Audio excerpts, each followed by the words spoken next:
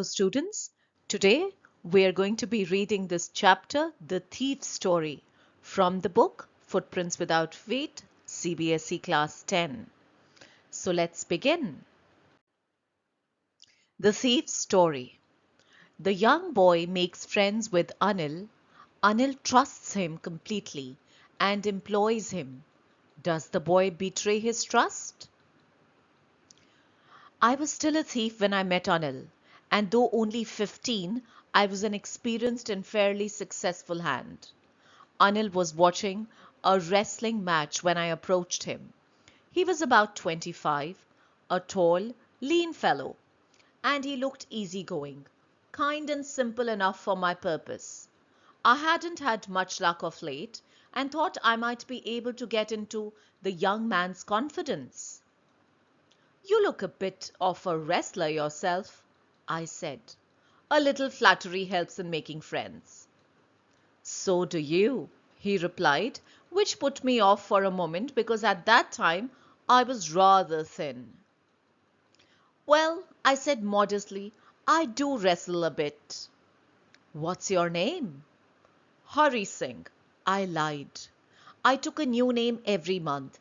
That kept me ahead of the police and my former employers.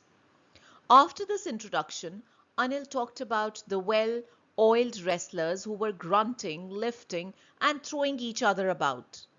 I didn't have much to say. Anil walked away. I followed casually. "Hello again," he said. I gave him my post-appealing smile. "I want to work for you," I said. "But I can't pay you." I thought that over for a minute. Perhaps I had misjudged my man. I asked, "Can you feed me?" He asked, "Can you cook?" "I can cook." I lied again. "If you can cook, then maybe I can feed you." He took me to his room over the Jumna sweet shop and told me I could sleep on the balcony.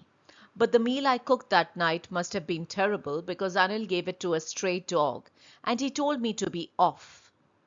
But I just hung around, smiling in my most appealing way, and he couldn't help laughing. Later he patted me on the head and said never mind. He'd teach me to cook. He also taught me to write my name and said he would soon teach me to write whole sentences and to add numbers. I was grateful. I knew that once I could read and write like an educated man, there would be no limit to what I could achieve. It was quite pleasant working for Anil. I made the tea in the morning and then would take my time buying the day's supplies, usually making a profit of about ₹1 a day. I think he knew I made a little money this way, but he did not seem to mind. Anil made money by fits and starts. He would borrow one week, lend the next. He kept worrying about his next check. But as soon as it arrived, he would go out and celebrate. It seems he wrote for magazines, a queer way to make a living. One evening, he came home with a small bundle of notes, saying he had just sold a book to a publisher. At night, I saw him tuck the money under the mattress. I had been working for Anil for almost a month, and apart from cheating on shopping, had not done anything in my line of work. I had every opportunity for doing so. Anil had given me a key to the door, and I could come and go as I pleased. He was the most trusting person I had ever met. And that is why it was so difficult to rob him. It is easy to rob a greedy man because he can afford to be robbed. But it is difficult to rob a careless man. Sometimes he doesn't even notice he's been robbed, and that takes all the pleasure out of the work. Well, it's time that I did my real work. I told myself I'm out of practice, and if I don't take the money, he'll only waste it on his friends. After all, he doesn't even pay me. Anil was asleep. A beam of moonlight stepped over the balcony and fell on the bed. I sat up on the floor considering the situation.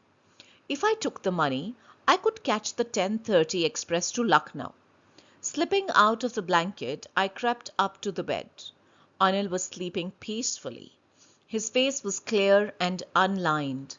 Even I had more marks on my face, though mine were mostly scars. My hand slid under the mattress, searching for the notes. When I found them, I drew them out without a sound. Anil sighed in his sleep and turned on his side towards me. I was startled and quickly crawled out of the room. When I was on the road, I began to run. I had the notes at my waist, held there by the string of my pajamas. I slowed down to a walk and counted the notes, 600 rupees in 50s. I could live like an oil-rich Arab for a week or two.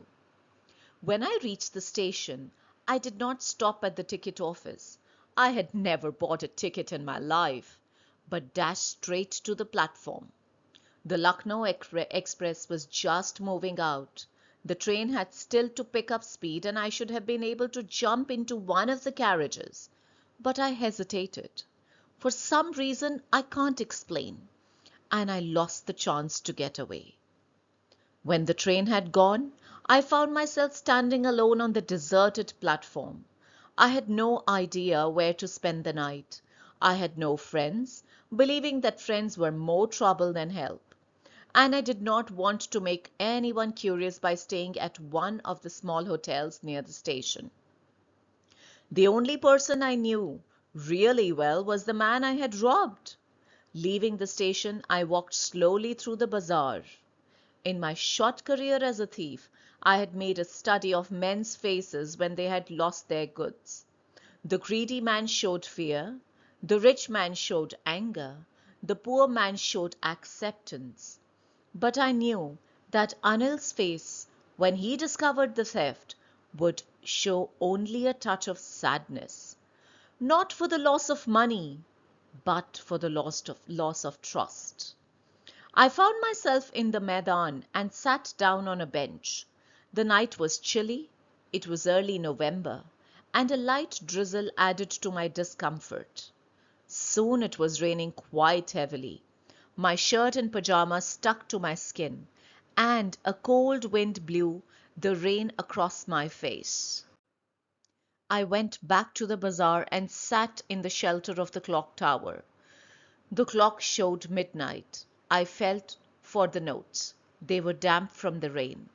Anil's money. In the morning he would probably have given me 2 or 3 rupees to go to the cinema, but now I had it all. I couldn't cook his meals, run to the bazaar, or learn to write whole sentences anymore. I had forgotten about them in the excitement of the theft. Whole sentences?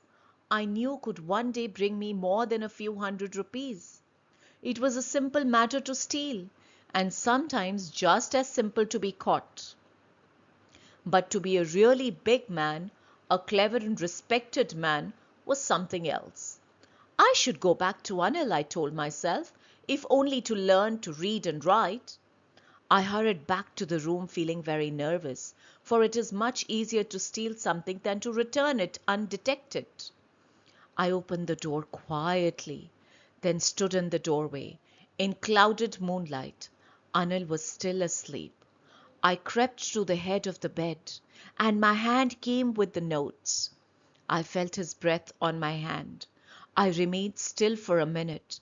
Then my hand found the edge of the mattress and slipped under it with the notes. I awoke late next morning to find that Anil had already made the tea. He stretched out his hand towards me. There was a 50-rupee note between his fingers. My heart sank. I thought I had been discovered. I made some money yesterday, he explained. Now you'll be paid regularly. My spirits rose, but when I took the note I saw it was still wet from the night's rain. Today we'll start writing sentences, he said. He knew, but neither his lips nor his eyes showed anything. I smiled at Anil in my most appealing way, and the smile came by itself without any effort. Written by Ruskin Bond. So students, we come to the end of the reading of the chapter The Thief's Story. I just hope you enjoyed it as much as I did. Take care.